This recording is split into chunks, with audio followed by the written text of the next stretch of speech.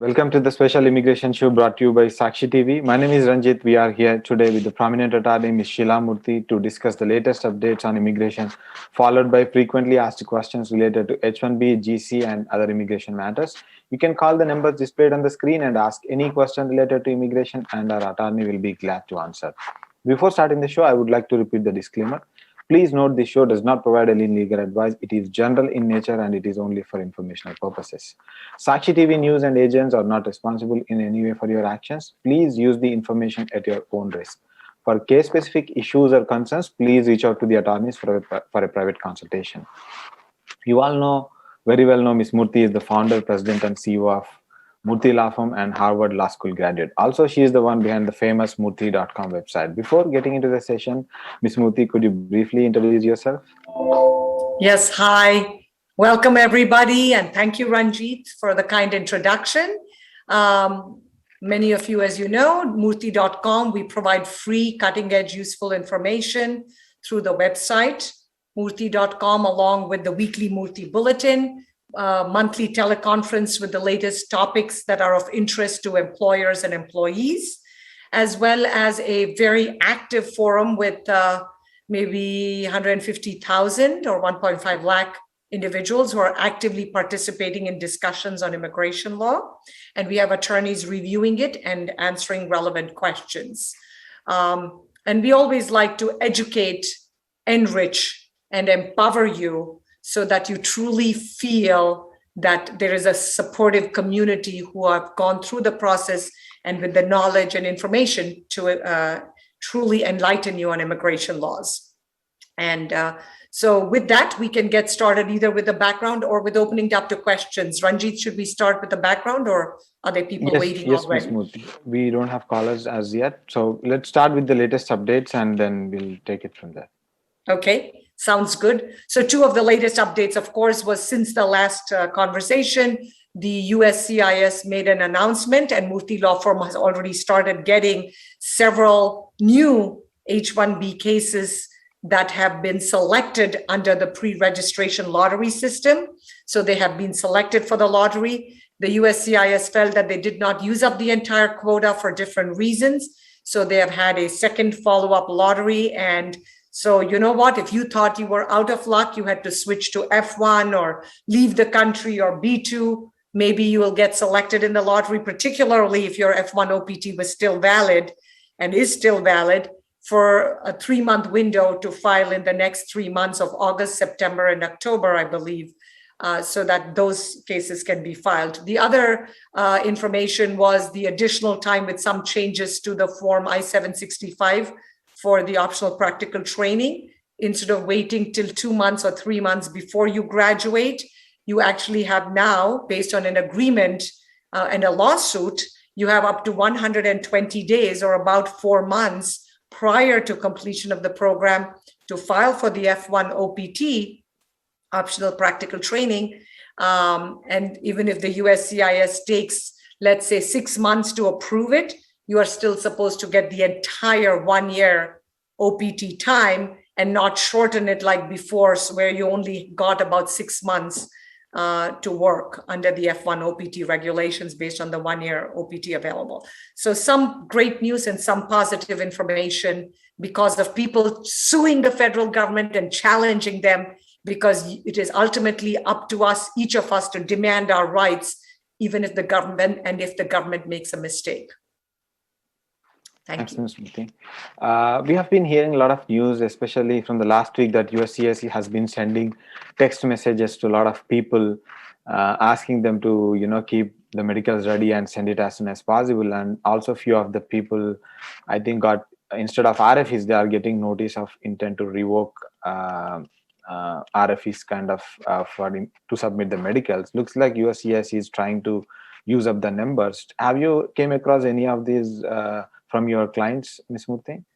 Yeah, based on consultations that we've been having, there have been people saying, can I preemptively file it, which we don't recommend in general, unless you have really got a line of communication. And I've heard from one major large company that they may have a separate line of communication directly because they have tens of thousands of maybe employees or hundreds of thousands. But in general, They are trying to use up the numbers. They do want, because Congress is slapping their wrist and penalizing them, because every time we lose the numbers, ultimately Congress, through the law, tries to use up all the unused numbers and give it to a particular classification like employment-based, et cetera, which then impacts the people who were supposed to get it in the first place. So yes, we are hearing and seeing that people are being contacted. And as soon as they contact you, it is wise to obviously get the medicals and submit it. As you know, the medicals ultimately are valid for 1 full year. So you might as well go get it. The general rule that it has to be within 60 days of obtaining it is if you file it before or with the 485 initially. Most of the people who filed last October, November did not include the medicals because the medical, they were so backed up and there was no way that people could wait to get that information and complete the medicals before the filing deadline of October 2020. So yes, we are hearing about it. If you are contacted, you absolutely, if you gave them the number and they're writing to you on that number, they are trying to move the cases quickly before the end of the fiscal year because there's only August and September. So provide the information in response to the RFE or the notice of intention to deny, because they are trying to buy time and you don't want to waste your money and time and headache not giving the information, because it's easy to get and there's no major backlog with most of the panel physicians right now. Okay, Ms. Murthy. Another quick question here. A lot of people were asking, especially the ones who are, separated. People are, family based back in India, like wife or spouse or husband, and now they are unable to get back together because of this COVID and a lot of restrictions. So I was hearing something on follow to join. Could you please, let us know what is follow to join and when can they file and what are the processing times these days?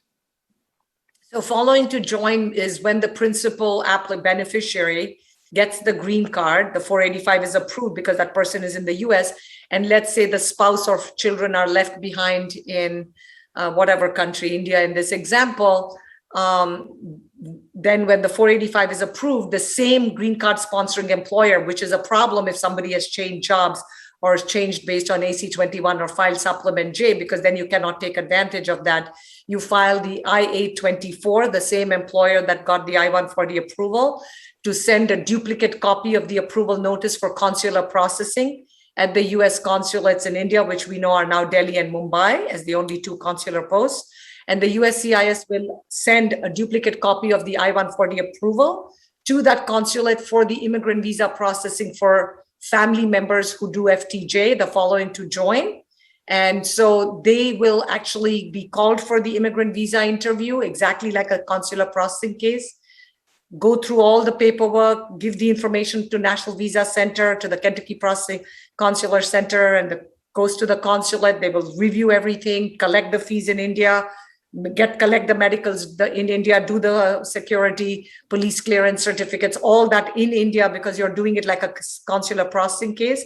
And once the interview is over, you have the same 180 days to enter the country, and you will enter based on that same I-140 approval and based on the principal already getting the green card approval. We've done this over the last 25, 27 years.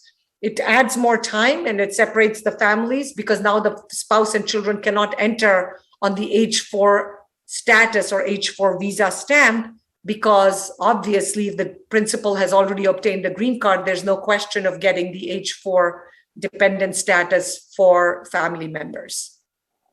A quick question, Ms. Murthy. What is the wait time? Do you think the wait times are longer in this process because it involves consulate and getting appointments and all? Well, I mean, it takes the time because the USCIS to approve the 824 itself sometimes takes 6 months, 1 year, even 2 years if they are backed up. And we knew in the Trump administration, everything was tremendously, unfortunately, backed up, much to the annoyance of most people going through the process. So first it has to be approved by the USCIS, then goes to the particular, National Visa Center and the consulate, and they have to schedule the interview. And hopefully the priority dates will remain current. But if again the priority dates go back, then you're stuck, you're waiting, because at the end of the day, it is based on priority dates being current, the 824 getting approved, the consulate scheduling the interview. Say yes, it is a much longer process than if the parties are together. filing the 485 and waiting together in the United States for the green card approval.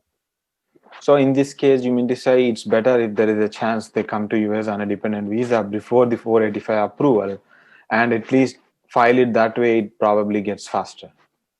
Definitely, if they are eligible or can come in on the H4 or the presidential proclamation, for example, preventing entry from a country like India or UK or whatever. Now it's now starting to open up for many parts of the world, but not yet for India because of the Delta variant.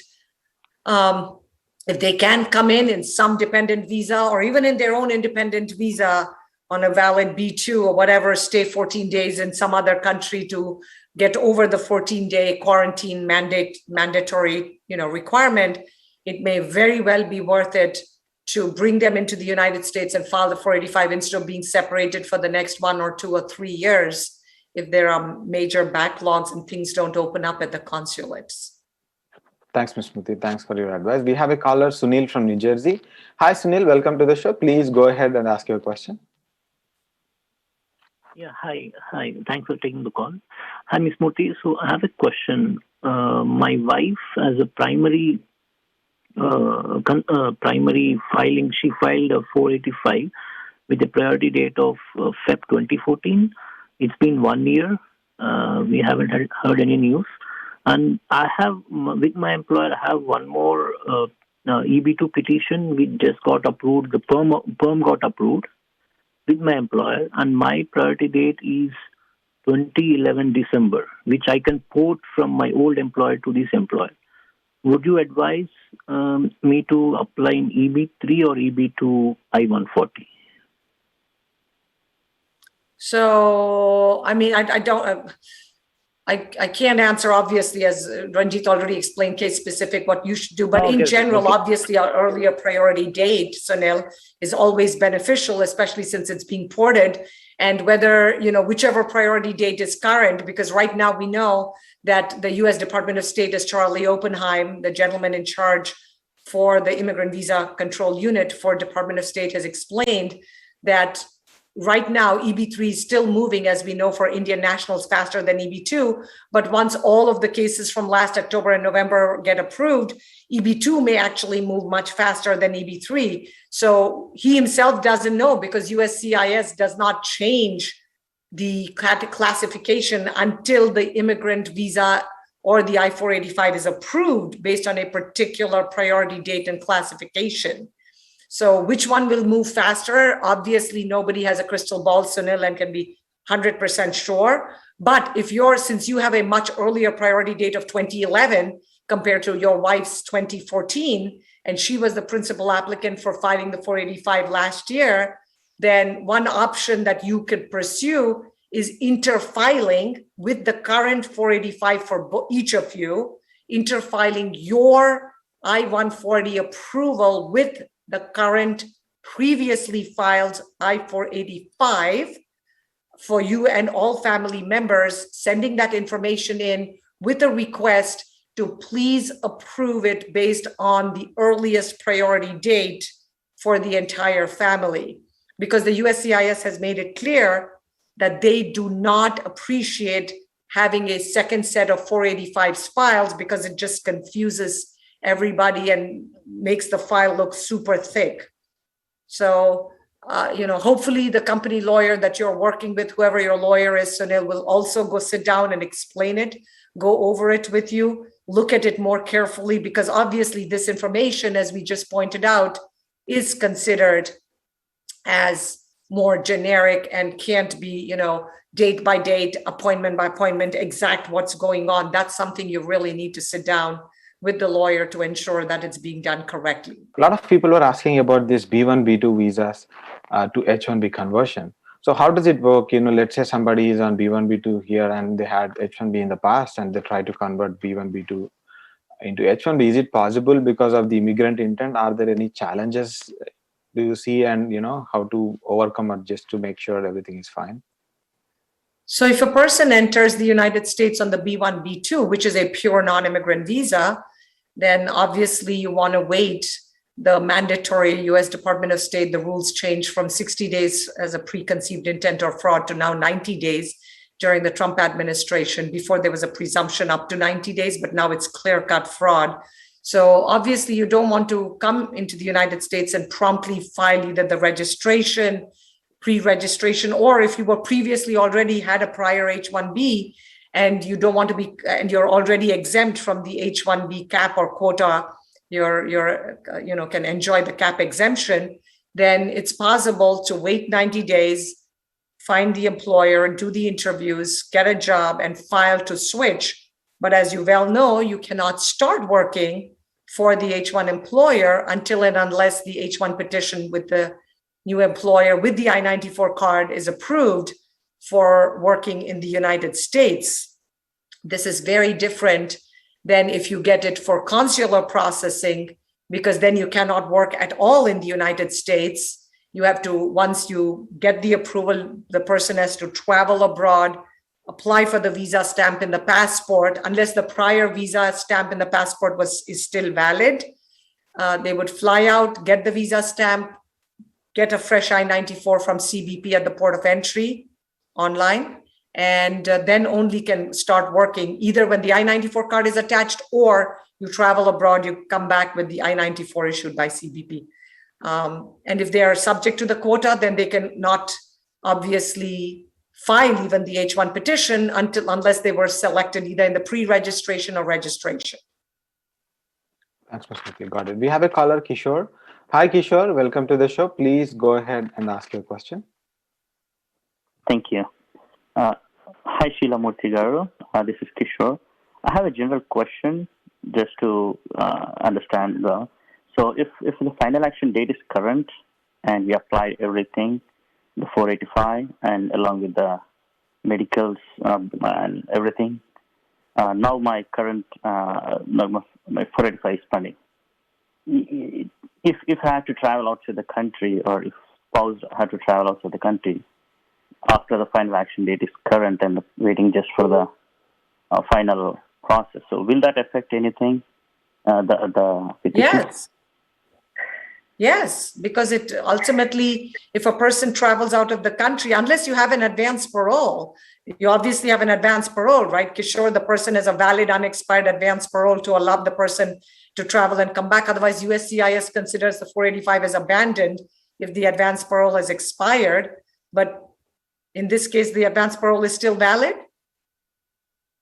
No, I mean, we are not, I mean, we did not apply, we did not get the advance parole. We're just applying for the 485 adjustment of status just with the 140, and we are on H1B and H4, and we both have the stamping just in case after applying everything, sending the biomedicals and everything after the final action date is current. If in case of emergency, if we have to travel, how does that affect? Yeah. So is there any effect? So I just want to ask you. Yeah, it's a good question, and the USCIS, I think we touched upon this a couple times before.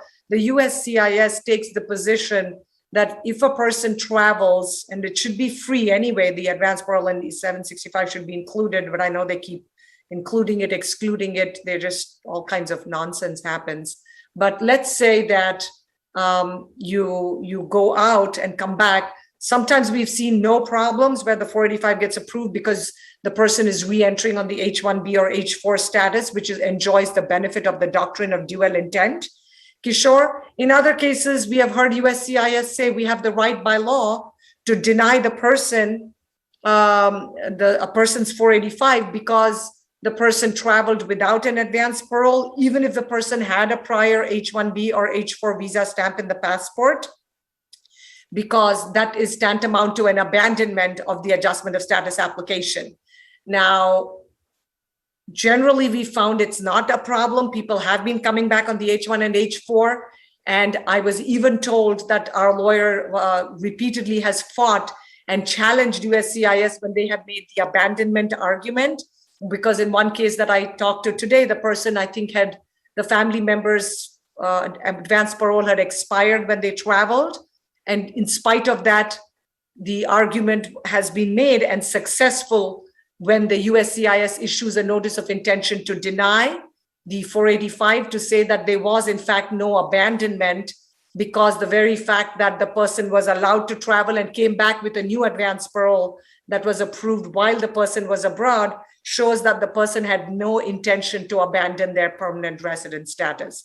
There is a lot of gray area. It's not very clear. And that's why we are telling people, ideally, please avoid travel, especially if the date is about to become current and you don't have an advance parole, because the risk of then losing it and then having that issue of separation with consular processing or following to join is just a lot of time, lot of money, lot of separation for years. It can take years on end.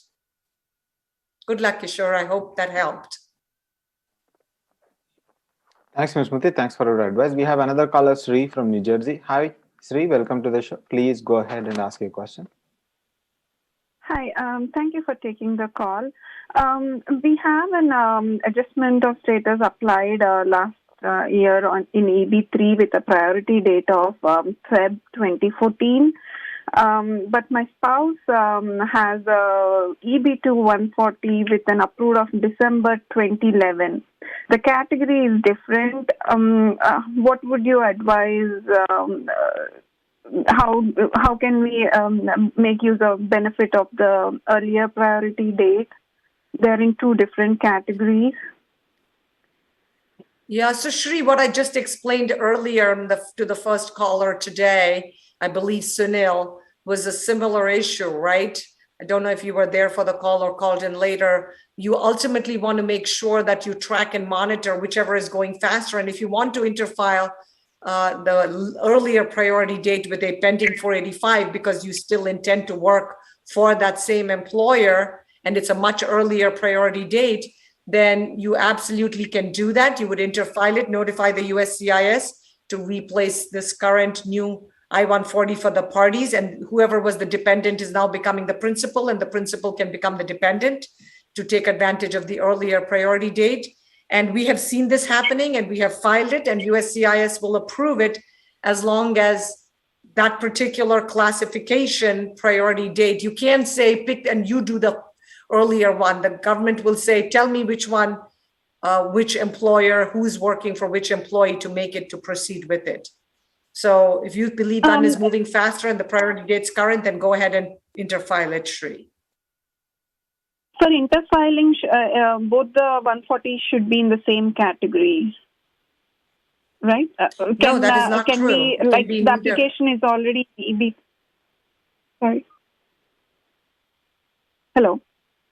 It does not have to be in the same category, Shri. It can be different employment-based category for one person swapping to the other person. The principal can become the spouse, the derivative, and the derivative can become the principal. And whichever one is current. So if you're seeing, for example, the earlier priority date and we expect EB2 India to ultimately move faster, then you absolutely can do that. But you're taking a chance because if EB3 is moving faster, then if you say, please interfile it, that means you're asking them to supersede this one for the other one. Thanks, Ms. Murthy. Thanks for your advice. So, you know, the H1, H4 and H4Ead, now that there are no biometrics, a lot of people are, you know, few people are getting it together, but few are not getting together. Again, there is another rule in the final making for the premium process for H4 and EAD. So I don't know where it's going. So do you happen to see any approvals together these days? And, you know, and also the other question, other part of the question, do you expect premium for H4 EAD anytime sooner? Yeah. So yes, we have started seeing some approvals for the H1 and H1B holder and the H4 holder together, especially when because of their waiving the biometrics requirement. And in some of the premium processing cases, we have seen it approved together. We were exchanging notes in the attorney meeting at the Murthy law firm, talking about how many cases, what we're seeing. It's not a huge deluge. Some are being separated, some are getting it together. The premium processing, the law is already passed. Everything is done. The government needs the money. The government wants the $2,500 per person for the EADs. It's more the USCIS forms and them just dealing with H1 cap cases and the 485s. I think they're just so, I hate to use the word disorganized, but clearly, I mean, the kind of money that they're making It's huge amounts of money. They've been using it for enforcement instead of for servicing clients, which is why the USCIS was separated as a different agency from CBP and ICE. And in fact, that's one of the reasons that Department of Homeland Security was created in 2003 after September 11, 2001, because to ensure that the people who are getting service should be getting good quality service, employers, employees, and families. But that is not happening, because if that was happening, this EAD issue should have long been resolved. It's very much money that the government needs, and it's what people are desperate to get the EAD because they don't want to lose their jobs and continue to get good salaries and work on H4EAD. It is supposed to be passed. The Congress has passed the law. There is no reason for this delay. It should have happened long ago. It should be happening. They keep saying it is going to happen very soon, but they are not moving as quickly. But they have started approving it. And I think they're afraid to approve all, because if they approve all together, then people will stop paying that extra $2,500 premium fees. So they're trying to, I don't know if they're trying to play games. It's just not making a lot of sense. Thanks, Ms. Murthy. We are at the end of the show. Again, thanks, Ms. Murthy, for your time. Thanks for all the calls and watching the show, audience. It was a great session with interesting topics and questions. Please call in every Tuesday at 3 p.m. EST to watch the special immigration show with Ms. Murthy. Again, it's every Tuesday, 3 p.m. EST on Sakshi TV. This is Ranjit signing off. Thank you. Bye-bye.